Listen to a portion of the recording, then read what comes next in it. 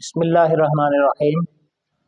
الصلاۃ والسلام علیک یا رسول اللہ وعلی آلک و اصحابک یا حبیب اللہ۔ فیض رضا جاری رہے گا۔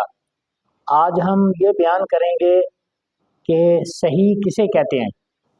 صرفیوں کے نزدیک صحیح وہ ہے کہ جس کے فا، عین اور لام کلمے میں تین چیزیں نہ ہوں، نہ حمزہ ہو، نہ حرف علت ہو، نہ ایک جنس کے دو حرف ہوں، جیسے نصرہ، نون یہ فا کلمہ ہے، صاد یہ عین کلمہ ہے، اور را یہ لام کلمہ ہے۔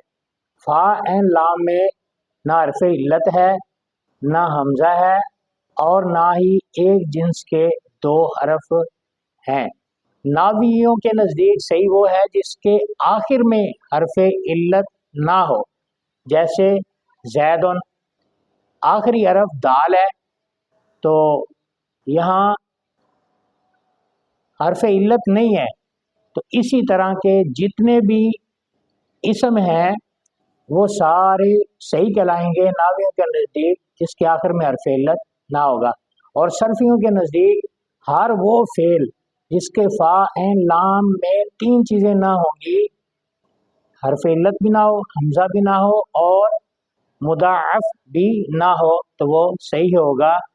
تاجدار ختم نبوت، زندہ باد زندہ باد زندہ باد۔